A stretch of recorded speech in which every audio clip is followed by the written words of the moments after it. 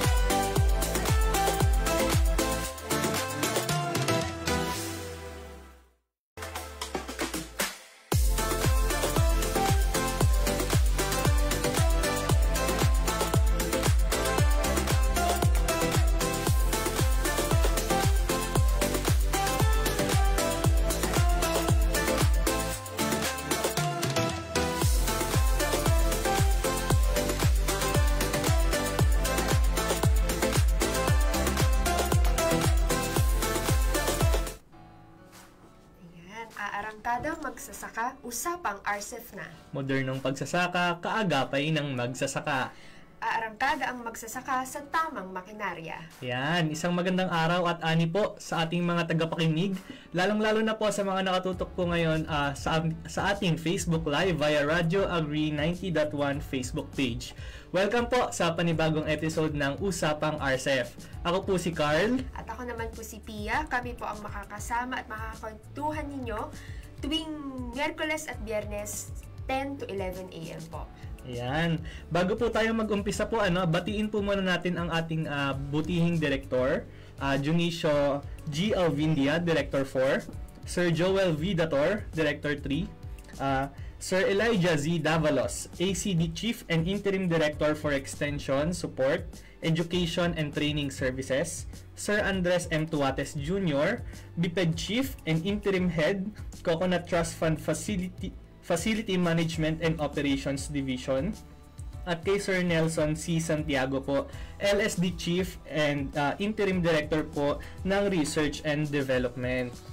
Binabati rin po natin ang ating mga ACD Section Chief, si Ma'am Bess G. Magararo at si Sir Jet Molek Subaba. Ayan. At syempre, isang mainit na pagbati rin po sa lahat ng mga empleyado na naririto at nakikinig, lalo-lalo na po sa ating mga magigiting na drivers. Naway lagi po tayong manatiling ligtas sa inyong mga biyahe. Pagbati rin po sa ating mga kasama natin sa mga travel at nagsasagawa ng fieldwork ngayong araw. Yan. So, medyo mainit kaya partner, yes, inom tayo ng tubig. Yung stay hydrated po yes, sa ating mga kasamahan po dyan. Yes. Sa usapang RCEF po ay tatalakayin po natin yung mahalagang impormasyon po tungkol po sa RCEF Mechanization Program po ng PhilMech. Kabilang po dito yung mga layunin nito, mga benepisyo po para po sa mga magsasaka at kung paano po ito po makakatulong po sa produktibidad po at pagiging competitive po ng sektor ng agrikultura sa ating bansa. At mag-recap lang din tayo nung last episode natin. Ayan, banggitin din natin yung mga nangyari, 'di ba, sa ating past week na hindi tayo nakapag-air. Oo, kasi nagkaroon tayo ng division planning, tsaka syempre Holy Week. Ayan, so ginunita natin yung Holy Week. So, hindi tayo nakapag-air. But anyway, sa huling episode namin ay tinalakay po namin yung mga impormasyon tungkol sa water management, pati na rin yung mga alternate wetting and drying o AWD. At kasama natin dito si Dr. Christine Pascual from PhilRice. Ayan, kung na-miss po ninyo yung episode na ito, ay maaari ninyong itong makita at panoorin po sa ating Facebook page ng Radyo Agri 90.1 PhilMec at sa official Facebook page po ng DA PhilMec. Ayan, balikan po natin yan. Bago po tayo magpatuloy po sa ating programa ngayong umaga po, narito po muna yung mga impormasyon at mga aktibidad po tungkol sa RCEF Mechanization Program po ng PhilMec. Panoorin po muna natin ang Balitang RCEF.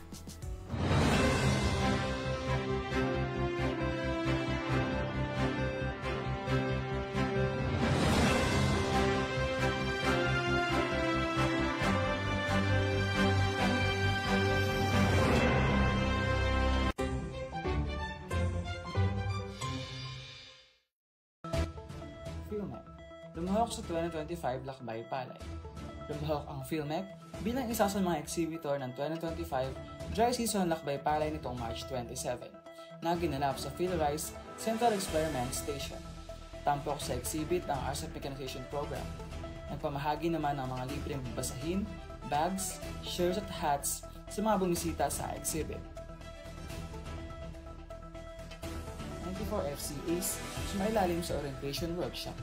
Sa pangunguna ng EDD, sumailalim sa orientation workshop ang 94 na FCA at LGU beneficiaries mula sa Ilocos Norte, Isabela, Nueva Vizcaya, Bohol at Bukidnon mula March 10 to 28. Layunin ng workshop na mabigyan ang mga FCAs ng kaalaman at kasanayan sa paggawa ng kanilang operational plan. FMFOD nagsagawa ng National Field Validations. Nagsagawa ang FMFOD ng field validation sa iba't ibang bahagi ng bansa para sa mga potensyal na benepisyaryo ng programang RCEF Mechanization ngayong taon. Kabilang dito ang ilang bayan sa probinsya ng Albay, Oriental Mindoro, Sorsogon, Quezon at Bohol. Mga FCAs mula Norte Cotabato at Ilocos Norte nakatanggap ng makinaryang RCEF. Patuloy ang pamamahagi ng libreng makinarya ng RCEF Mechanization Program sa mga FCAs mula sa Norte Cotabato at Ilocos Norte noong March 21 at March 27. Nakatanggap ang 5 FCAs mula sa Norte Cotabato ng 5 unit ng Rice Combine Harvesters, habang nakatanggap naman ng 1 unit ang FCA mula sa Ilocos Norte. RCEF Terminal Report Workshop isinagawa. Nagsagawa ng Terminal Report Workshop ang PMO na nilahukan ng iba't ibang implementing units noong March 24 to 25 sa PhilMec Training Hall.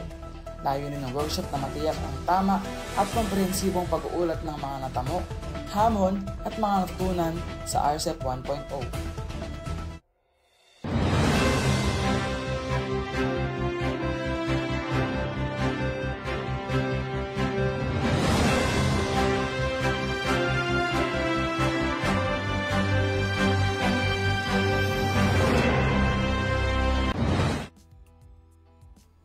Ayan po ang ating mga impormasyon hatid sa atin ng Balitang RCEF. So, para po sa mga karagdagang update sa Balitang RCEF ay bisitahin lamang po ang Facebook page ng DA PhilMec o ang website po ng RCEF Mechanization Program na www.rcef.philmec.gov.ph. At wag din po natin kalimutan to hit the like button at i-share ang ating live kasi ongoing na po ang ating live sa ating Facebook page. So, time check po ng oras natin ngayon. So, 10:14 AM na po ng umaga. Ayan. Partner, bago tayo magsimula, bumati muna tayo sa ating mga nanonood via Facebook page natin o sa ating live stream. At syempre, yung mga implementing agencies ng RCEF. Andyan yung PhilRice, yes, ATI, andyan, TESDA, at marami pang iba, lalo na ngayon sa Phase 2 ng RCEF. Yes. Magandang umaga po sa ating lahat. Yes, sa lahat po ng mga nakatutok. Ayan. Ngayong episode, tatalakayin naman natin yung mga makinaryang pangtanim o push technologies kung tawagin under ng RCEF Mechanization Program. Pag-uusapan din po natin dito kung paano po ang tamang proseso ng paghahanda ng binhi at punla para sa mga push technologies na ito. Makakasama po natin ngayon, mga karadyo, si Sir Roland Ruiz, ang Science Research Specialist 2 mula sa Facility Management and Field Operations Division po ng PhilMec. Ayan, good morning po, sir. Ayan. Good morning po. Ayan. Sir, baka may gusto muna kayong batiin. Yes, bago natin. So, binabati ko po pala yung anak ko, Happy 4th birthday po. Ay, Yeah, happy birthday! Sa asawa ko rin po and at sa mga kasama ko po sa cluster and yung family ko po. So, good morning po. At yung mga farmers po syempre natin, na mga Yes. nakikinig at Yes, mga sure. kasamahan sa opisina.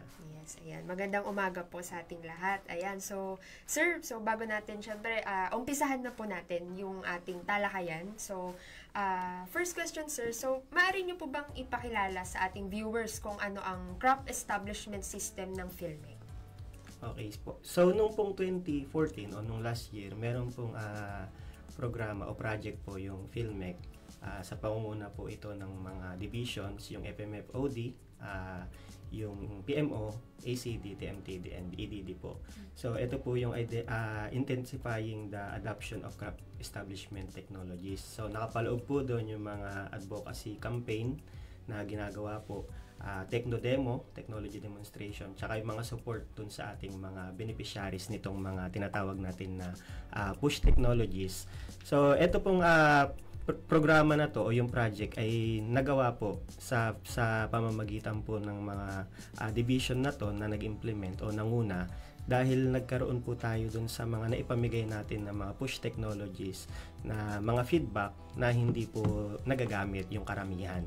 So kaya po binuo po itong project na ito para po masuportahan po kung ano ba yung mga kakulangan at mas lalo pong maipakilala itong mga tinatawag po nating push technologies na crop establishment technologies po, yung mga pangtanim po natin na makinarya.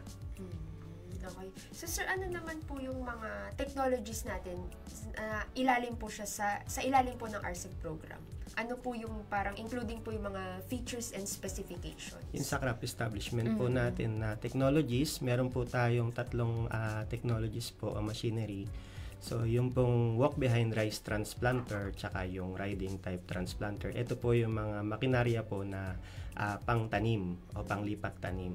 So, kapag naipunla po natin itong binhi sa isang seedling tray o dun sa lupang punlaan po natin, so nilalagay po natin dito sa makinaryang ito para maitanim na ililipat na po siya na punla. So, ito po ay kayang magtanim ng yung walk behind po natin hanggang 1.5 hektarya, yung riding type naman po hanggang 3 hektarya sa kada oras po o kada araw. So, yun po yung kagandahan po. Mas mabilis po siya kung i-compare natin dun sa traditional.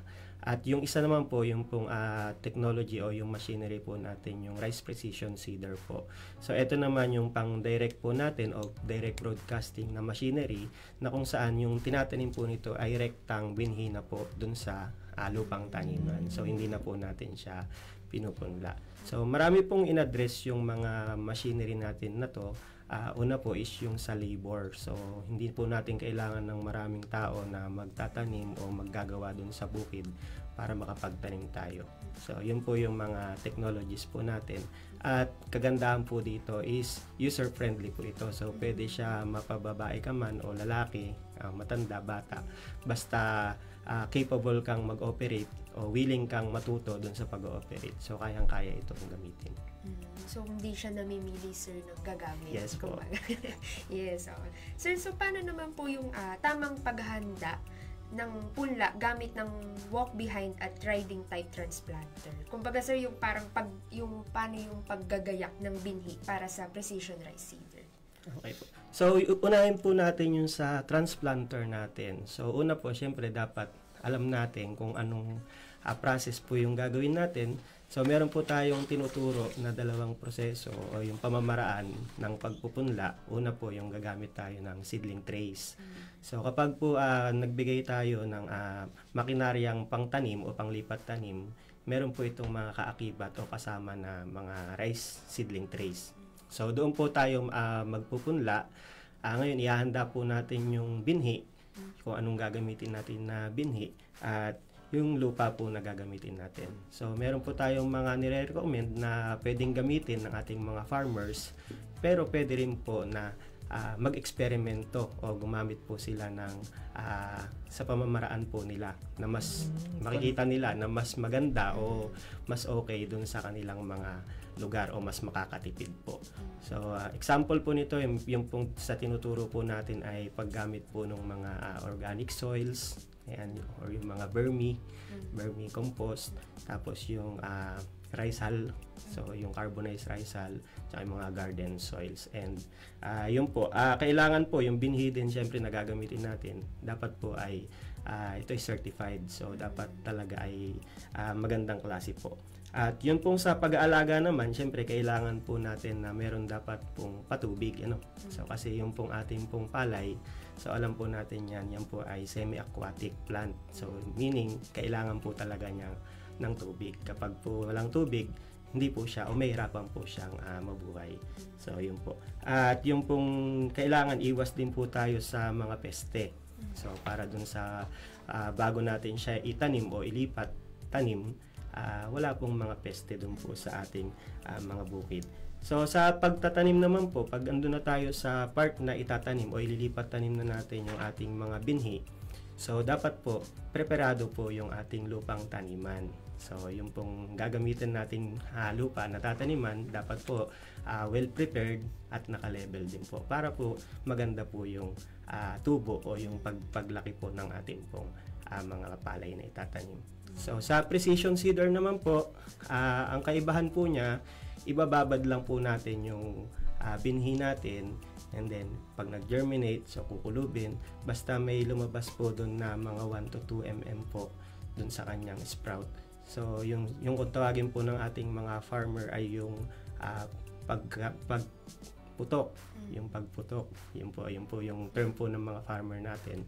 Basta may nakita silang puti doon sa binhi natin, pwede na po yun i-air dry, tapos ilagay po natin sa precision seeder, and then ready to go na po na itatanim natin ng direkta dun sa lupang taniman. So iwasan lang po natin na humaba po yung lalabas dun sa binhi natin, kasi pagka po medyo malalaki na po yun, hindi na po advisable na gamitin yung precision seeder kasi magbubuhol-buhol po siya dun sa hopper po natin. So yun po, hindi po siya malalaki. May ano ba siya, sir? Parang exact measurement or yes, parang po. tansyahan lang gano'n? Opo. Yung 1 to 2 mm po na haba, yun lang po yung nire-recommend po natin. So kung sobra na po doon, may tendency na po na hindi na po mahulog yung seeds natin. At syempre dapat po hindi po siya yung basang-basa, ano. So dapat na air dry kasi magdidikit-dikit po yun. Mahirapan po siyang mahulog. Sir, regarding din dun sa pagpapatubig, 'di ba? Kasi naging ano din natin sa water management, 'di ba? Meron din po ba, sir, na exact like ml dun sa paglalagay ng tubig? Kasi 'di ba sabi niyo, sir, kailangan basa siya talaga. So bago po siya itanim. So sa may lupa naman po, dapat po hindi po siya yung tuyong-tuyo, no? Hindi rin po siya yung basang-basa. Lalo na pag precision seeder po kasi yung usapan. Kapag masyado pong matubig yung ating lupang tataniman, so ang mangyayari po diyan, malulunod po yung mga seeds natin, yung pre-germinated seeds natin. So ang tendency po nun, mabubulok siya. Although meron po siyang drainage furrow, doon po napupunta. Pero kung sobra po ang tubig talaga, yun po, hindi po siya mabubuhay yung mga seeds natin or yung mga binhi. Sa may transplanter naman or dun sa may paghanda naman ng lupa natin, at least dapat 1 to 2 days before po natin pasukin yung bukid na pagtataniman ng ating mga makinarya, ay hindi na po natin siya gagalawin. So kasi pagka po hindi po advisable na halimbawa ngayon mo ni-level yung lupa mong tataniman, tapos susunod mo agad yung transplanter o yung precision seeder. So mangyayari po doon, malambot pa po yung hard pan ng lupa.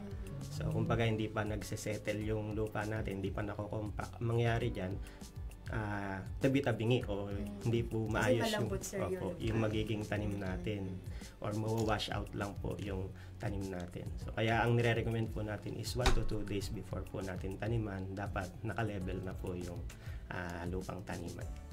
Ayan. Very informative ang talakayan natin ngayon, ano, partner. Ayan, mga karadyo agree, ano, nakapag-take down notes na ba kayo? Sana makatulong po yung mga impormasyon na ito po sa ating pagtatanim po, ano. Sa mga nagpaplano po pala, ano, na magsumiti po ng aplikasyon po nila upang maging beneficiaryo po ng RCEF Mechanization Program, ay narito po yung mga listahan po ng PhilMech Office. By region po ito, ano. Kasama na rin po ang mga focal persons po na maaari po natin kontakin. Ayan. Para po sa Luzon A, Region 1 po sa Ilocos Norte, Ilocos Sur, La Union at Pangasinan. Matatagpuan po natin to sa PhilMech FMFOD Office, Science City of Muñoz, Nueva Ecija. Hanapin lang po natin. Ito po, si Sir, yung kasama po natin ngayon, si Sir Roland Ruiz, ang regional focal person po natin. Maaari po natin siyang kontakin through 0951-541-4859. Ayan. At sa Region 3 naman po, for Aurora, Bataan, Bulacan, Nueva Ecija, Pampanga, Tarlac at Zambales, pwede po kayo magtungo dito sa PhilMech FMFOD Office sa Science City of Muñoz, Nueva Ecija. At maaari nyo rin pong kontakin si Miss Merlinda Ramento, ang ating regional focal, through 0936-137-2292. Ayan, ano. Ang susunod naman natin ay para sa Luzon B o Region 2. Sa Cagayan, Isabela, Nueva Vizcaya, Quirino. Maaari po tayong magtungo sa Department of Agriculture, Regional Field Office 2, San Gabriel, Tuguegarao City, Cagayan. O maaari po nating hanapin si Sir Ryan D. Duyog, ang OIC Regional Focal Person po. O maaari po natin siyang kontakin through 0927-344-7351. Ayan. At sa CAR naman po, covering Kalinga and Ifugao, pwede po tayo magtungo sa Department of Agriculture Regional Office 2 sa San Gabriel, Tuguegarao City, Cagayan. At maaari po natin kontakin si Ms. Laika Jane Pascual sa 0905-691-7462. Ayan, ano. At ang susunod naman natin ay sa Luzon C. Ayan, Region 4A, covering Quezon City, Laguna at Cavite. Maaari po tayong tumungo sa Agricultural Training Institute, Diliman, Quezon City, Metro Manila. O hanapin po natin si Miss Josephine Valdez. Pwede po natin siya makontakt through 0977-822-9420. Yan. Sa Region 4B naman po, covering Oriental Mindoro, Occidental Mindoro, and Palawan. Maaari po tayo magtungo sa Palawan Research and Experiment Station sa Santa Monica, Puerto Princesa. At maaari po natin kontakin ang ating regional focal doon na si Mr. Kenneth Calderon sa 0906-841-4917. Ayan. Susunod naman po ay sa Region 5. Sa Camarines Sur, Albay, Masbate at Sorsogon po. Maaari po tayong tumungo po sa Department of Agriculture Regional Field Office number 5 sa Pili, Camarines Sur. Ayan. O hanapin po natin si Sir Joseph Corporal Jr. o maaari po natin siyang kontakin through 0950-984-4402. Ayan, so sa Visayas na po tayo. So for Region 6 po, covering Aklan, Antique, Capiz, Negros Occidental and Iloilo. Maaari po tayo magtungo sa Villar Sipag Farm School sa Barangay San Jose, San Miguel, Iloilo. At maaari po natin kontakin ang ating regional focal na si Miss Catherine Casiano sa 0965-693-0843. Ayan. Para naman po sa Region 7, covering Negros Oriental at Bohol, maaari po tayong pumunta sa Department of Agricultural sa PATCO, Barangay Look, Dumaguete City, Negros Oriental. Ayan. O hanapin po natin si Rogen John P. Flores o maaari po natin siyang kontakin through 0961-204-4911. Sa Region 8 naman po, covering Leyte, Southern Leyte, Samar, and Biliran. Mari po tayo magtungo sa PRTMDC sa AES Compound, Barangay Balinsa, Sayaw, Abuyog, Leyte. Mari po natin kontakin si Sir Jake G. Tenedero, ang ating regional focal sa 0935-810-5453.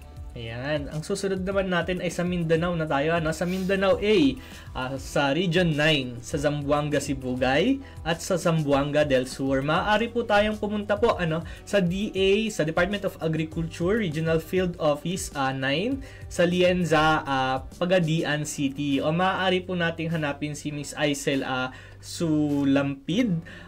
Maaari po natin siya makontakt through 0997-761-6579.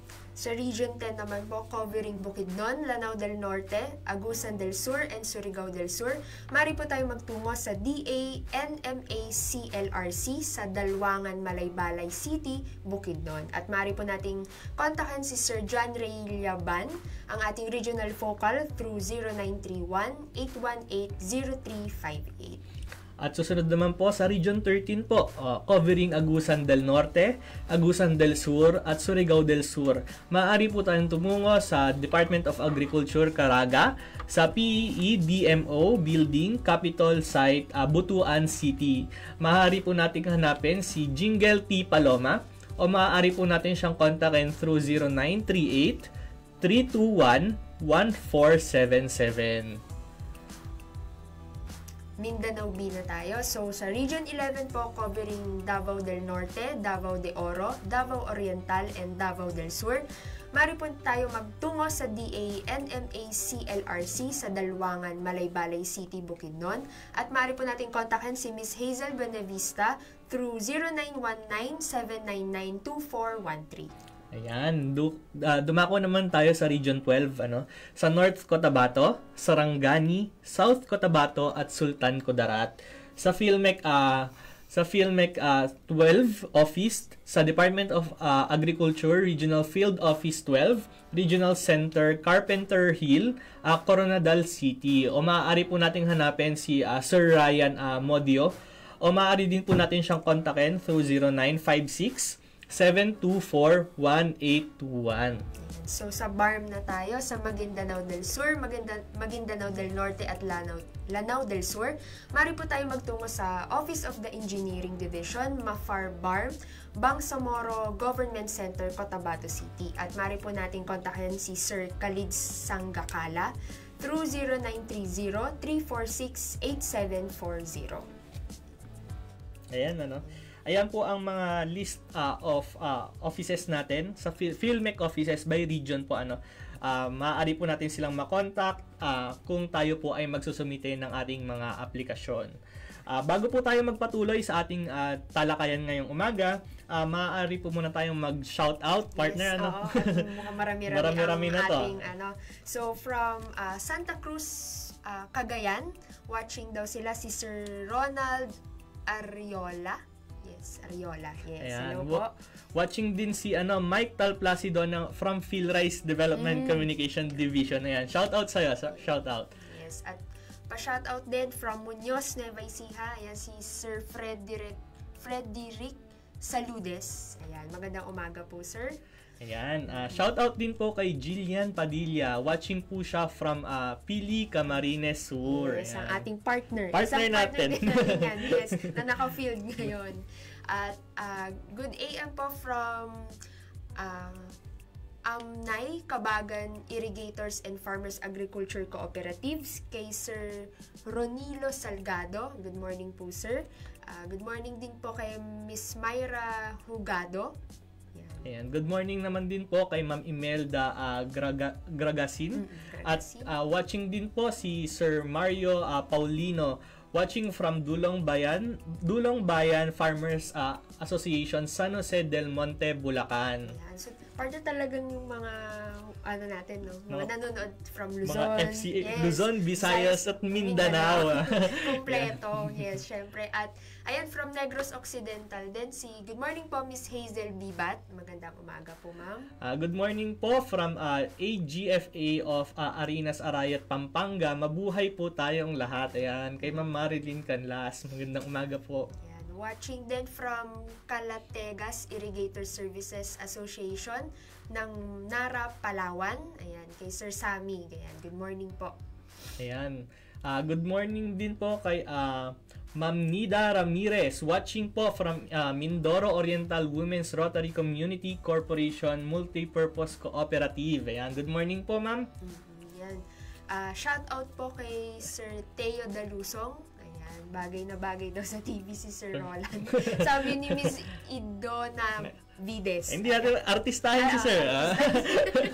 Ayan, shoutout din po from Bacara Communal Irrigators Association, Pola Oriental Mindoro, kay Sir JM De Villa. Magandang umaga po.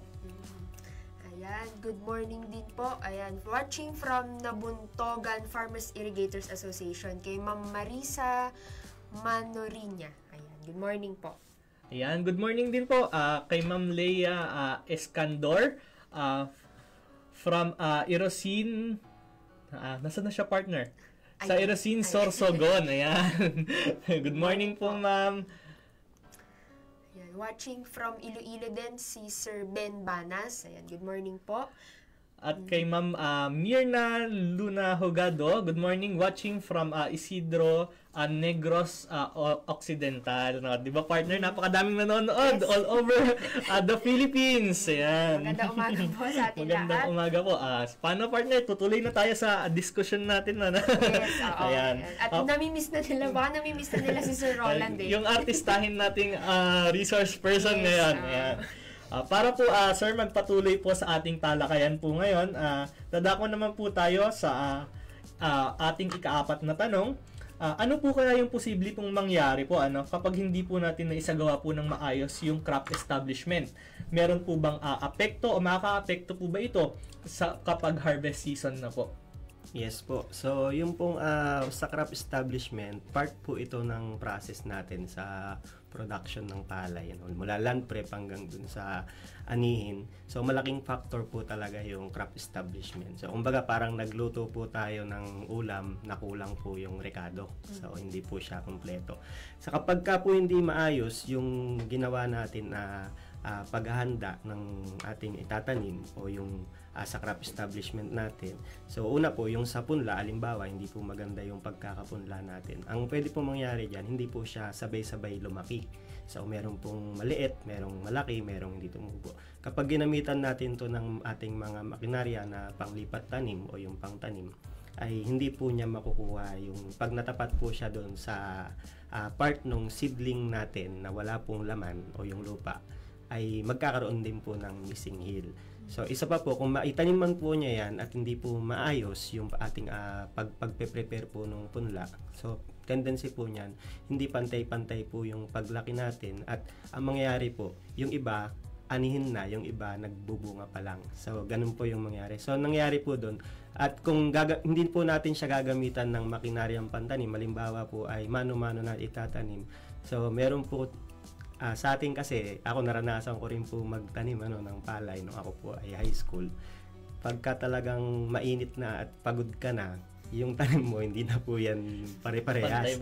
So, merong lang nakahiga, may nakalutang, merong malalim, may mababaw, meron yung makapal, meron yung talagang manipis. So, nagiging factor po yan pagdating ng harvest season. So, pagka po hindi pantay-pantay yan, ang nangyayari po dyan, yung harvester natin, kung gagamitan mo natin ng makinarya, hindi po niya makukuha lahat ng bunga. So, at marami po yung sinasabi nating pipis, yung walang laman. So, nagkakaroon po tayo doon ng losses. So, kaya kahit gamitan po natin ng makinarya, yung harvesting natin, kung yung ating crop establishment naman ay hindi makinarya yung ginamit, so, malaki po yung factor na mawawala. Una, syempre, mas magastos dahil maraming tao yung kailangan mong bayaran. Pangalawa, yun nga, hindi po pantay-pantay yung tanim natin. So, hindi siya precise. So, ang nangyayari po doon, bababa din po yung kita natin. Siyempre, malaki yung gastos, tapos mababa yung ani, malulugi po yung ani.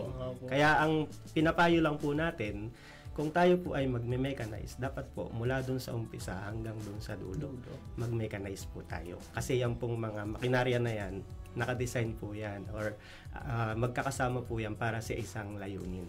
Parang isang set siya. Yes, so isang set po. Yung mga distance po niyan, nakadesign din po dun sa distance ng ating harvester po. So kaya kapag pinaniman po natin gamit yung transplanter o precision seeder, pag dinaanan po yan ng harvester natin, equal po yung distance niya. So maliles po yung natatapon o yung losses. Diba? Ang napakahalaga niya na partner. Ano naman po yung dapat po nating i-consider, lalo na po ng mga nanonood po ngayon sa pagpili po ng angkop na push technologies para po mas maging maganda po yung resulta po sa harvest season po nila. Opo. So una po, ang dapat i-consider po natin kung gagamit tayo nitong mga makinaryang pangtanim na to, yung pong condition po ng lupa.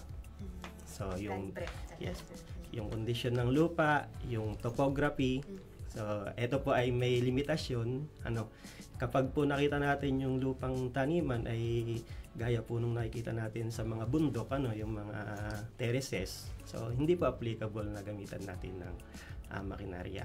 Pangalawa po, syempre kaya po iba't iba po ang disenyo nito. May walk behind transplanter at riding po tayo.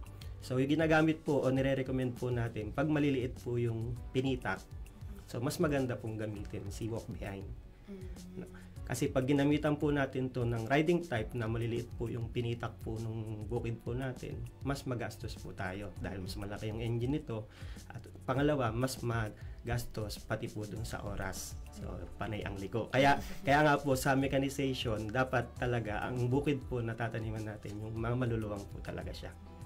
So, yun po yung i-consider natin. At syempre, dapat po may patubig. So, may source po tayo ng irrigation. So, gaya nga po nasabi natin, ang palay po natin ay semi-aquatic po yung classification niya as plant. Kaya kailangan meron po talagang source ng patubig. Kasi pag wala pong patubig, kung dry lang po yung lupa natin, hindi po na land prep, hindi po nire-recommend na gamitin ng mechanization ng crop establishment po.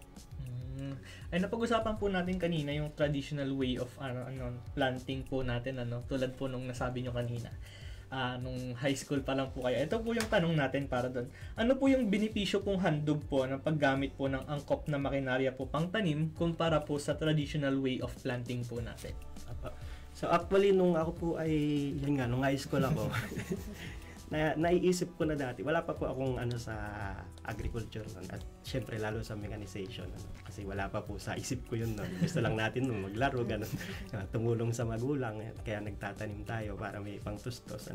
So nakikita ko po nung kasi, hindi ko po talaga alam kung bakit ganun yung nangyayari sa traditional. Hindi naman po natin sinasabing hindi maganda, So, yun po ay nakasanayan na practice ng ating mga farmers. Ngayon, ginagawa po natin is ini-improve. Parang dun lang din po sa harvesting natin, di ba?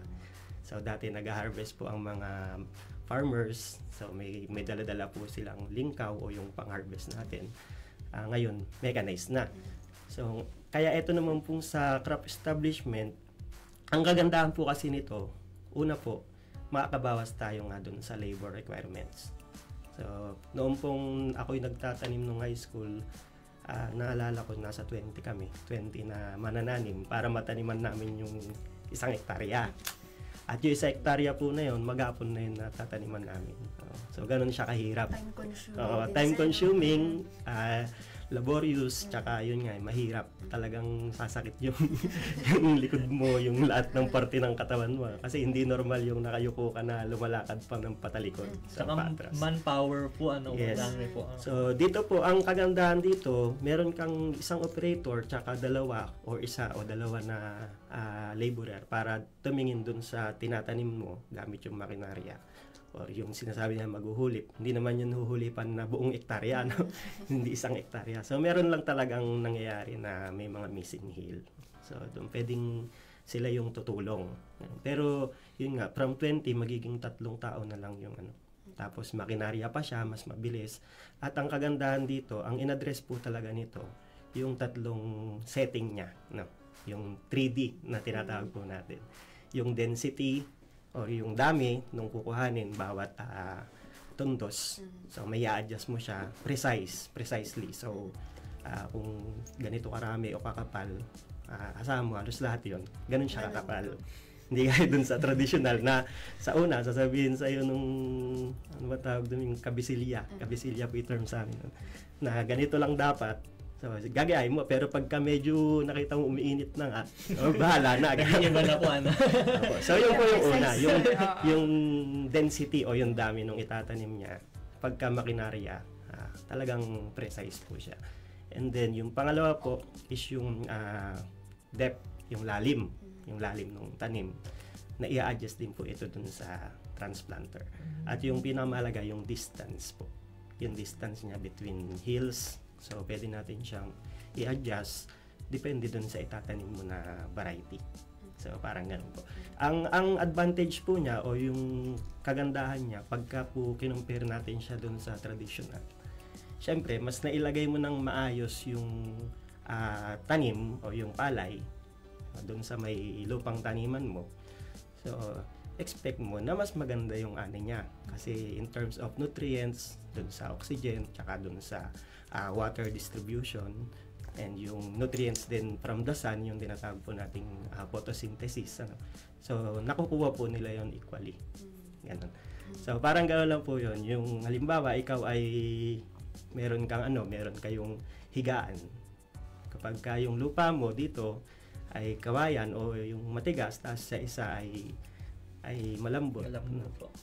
So, mas masarap yung tulog mo dun sa malambot. In terms sa pagkain naman, halimbawa, dito sa kabila, dalawa lang yung kakain dun sa isang lechon manok. Tapos dito sa isa is 5 dahil nga yung pagtanim mo, halimbawa, yun sa may precision seeder po natin. Di ba, pag sinabog natin yung punla sa traditional, o yung binhi, pag sinabog natin yung manual na broadcasting, hindi naman niya nasusukat nung farmer di ba? Pagka hinagis niya yung binhi, meron yung makapal, meron yung manipis. So kaya pag tumubo po yun, makikita nyo dun sa lupa na tinubuan niya. Meron yung malalaki, meron yung maliliit kasi nag-aagawan sila dun sa nutrients dun sa lupa. So kaibahan dun sa pag nilagay mo siya na may equal distance, equal na lalim, equal na dami. So pare-parehas yung makukuha nila na nutrients. So kaya asahan mo pagka aanihin mo yan gamit yung mechanical harvester natin. So, mas mataas talaga yung ani. So, mababa yung gastos doon sa production o sa crop establishment mo.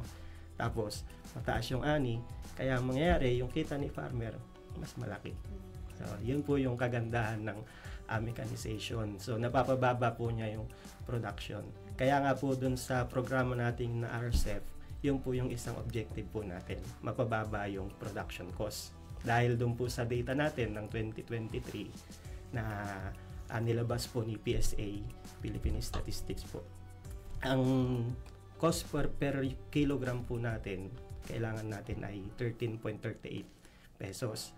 Na kung ikukumpara natin sa mga katabing bansa po natin, like Thailand, Vietnam, nasa 6 pesos lang po. Bakit po? Kasi fully mechanized. Gumagamit na po sila ng ganun. Malaking factor po o malaki po talaga yung factor nung crop establishment dahil yun po yung isa dun sa pinakamalaking gastos kapag po sa pagtatanim, pag manual versus dun sa mechanical. Tsaka, ang maganda nga din dun, partner, di ba, sir? Precise siya. Opo. So, parang kahit iwan mo na siya, so, alam na niya yung depth, yung ano pa yung isang tawag doon, yung distance. So, tsaka equally divided na yung natatanggap niya na hindi na nakakalamang doon sa iba. Kasi yun po yung dapat makita po ng mga farmers natin, ng mga magsasaka natin, na hindi basta tinanim mo ay tutubo, magbubunga. So, yung pong mga pananim po natin, kailangan po din nila, parang tayo, kailangan natin space. Para kailangan mo i-distribute sa atin ng maayos yung mga kailangan natin na nutrients doon sa lupa, sa oxygen, sa tubig, sa araw. So, mga ganun po. Dapat equally distributed para equal din yung pagtaas o paglaki ng ating mga tanim. So, ganun. Yan. Ngayon po, alam na po natin yung mga benepisyo po na handog po ng paggamit po ng angkop na makinarya po sa pagtatanim kumpara po sa traditional way of farming po natin o planting po natin. Ngayon naman po, dadako naman po tayo sa ating co-op. Sa co-op po na nakatanggap po ng makinarya po natin, panoorin po natin ang isa sa mga success story mula po sa Luzon Sea, ang Umiray Agrarian Reform Beneficiary Multipurpose Cooperative po. Ayan.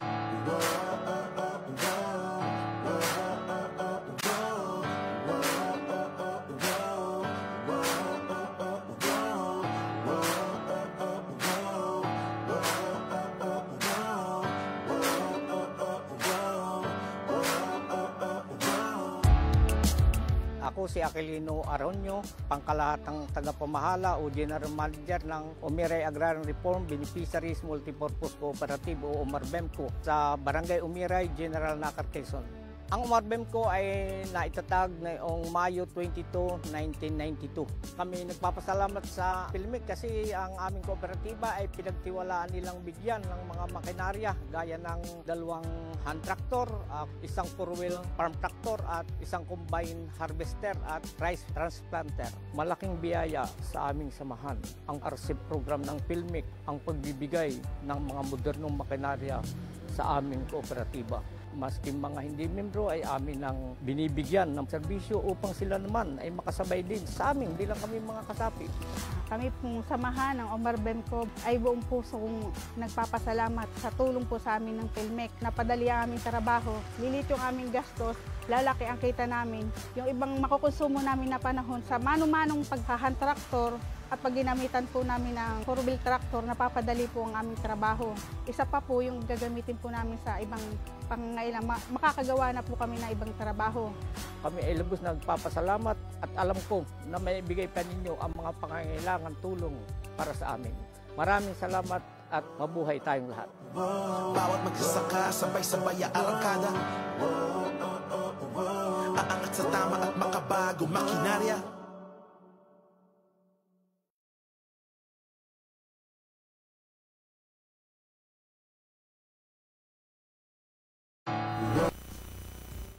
Ayan. At yan po yung beneficiary po natin na nakatanggap po ng makinarya mula po sa Luzon. Nawa po ay makatulong po yung makinaryang ito po para po mas tumaas pa po ang ating ani at kita syempre. Yes, yes. So, sir, baka may gusto ka ulit i-shout out? Opo, yun, shout out ko po ulit yung anak ko. Happy birthday. Happy birthday. Sa mga kasama po natin sa opisina. So, sa mga heads and co-workers po. Shout out. Yung mga farmers po natin na nanonood. Yes. Sana po marami po kayong natutunan. Partner. Bumati muna ulit tayo sa mga nanonood. Huling pagbati natin sa nanonood, partner. Yes. So, syempre sa natin sa Radyo Agri page, ayan, watching from Nambalan Riverside Agriculture Cooperative si Ma'am Imelda Gragasin, watching from Puslak Farmer Association sa Saba, Hermosa, Bataan, si Ma'am Annalyn Sebastian.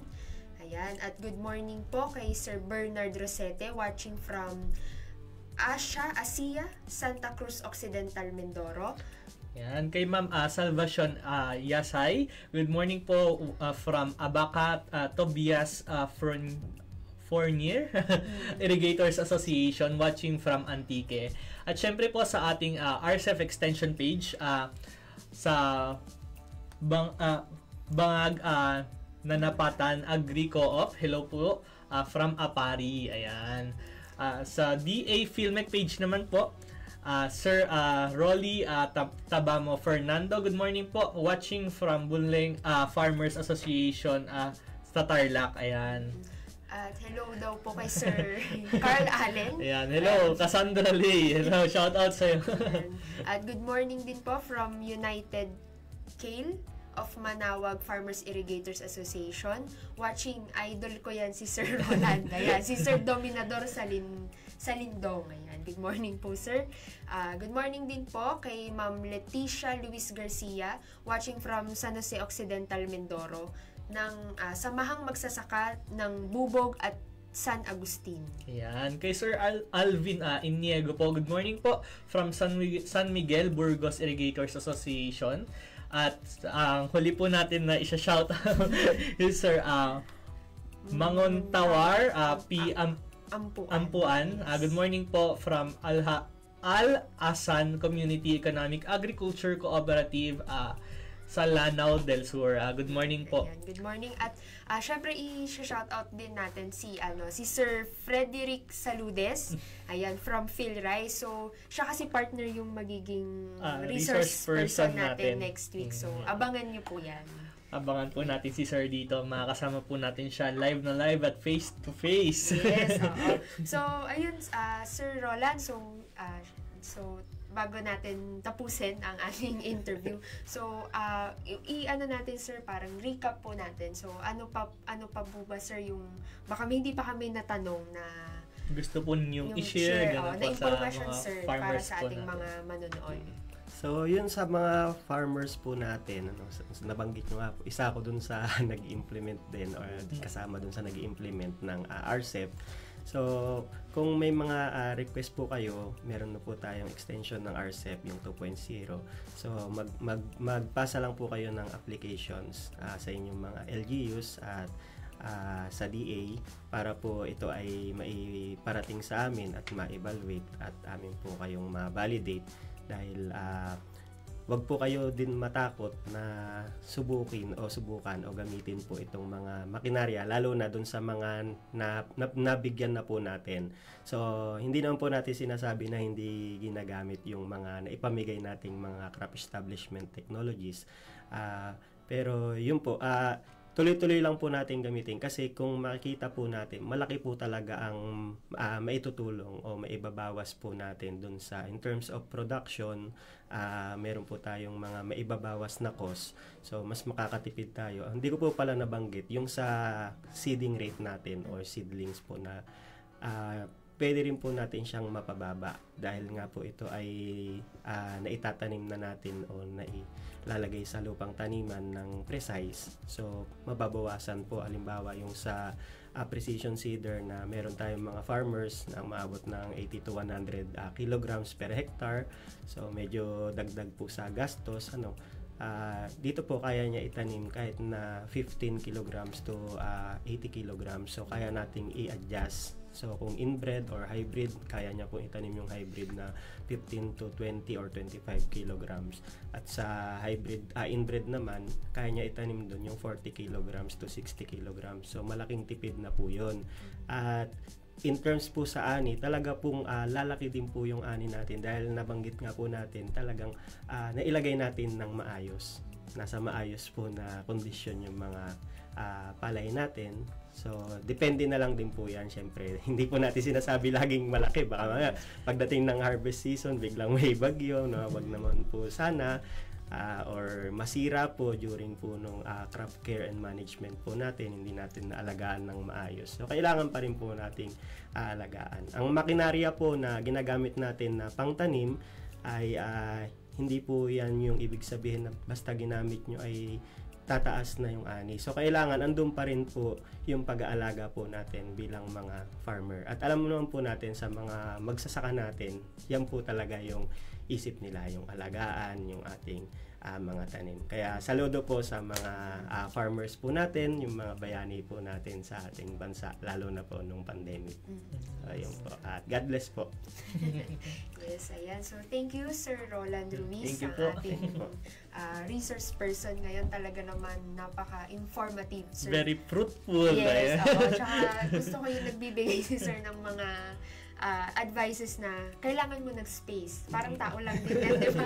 So, pagtatanim na yan. So, thank you, sir. Maraming salamat po. At dito po nagtatapos ang Crop Establishment System episode ng Usapang RCEP. So, lagi po kayong tumutok, makinig at maging updated sa RCEP Mechanization Program. Hanggang sa susunod po, ako po muli si Carl. At ako naman po si Pia. Lagi po natin tatandaan na sa RCEP Mechanization Program ng PhilMec, may makinarya kang maaasahan. Ito ang Usapang RCEP, modernong pagsasaka, kaagapay ng magsasaka. Aarangkada ang magsasaka sa tamang makinarya.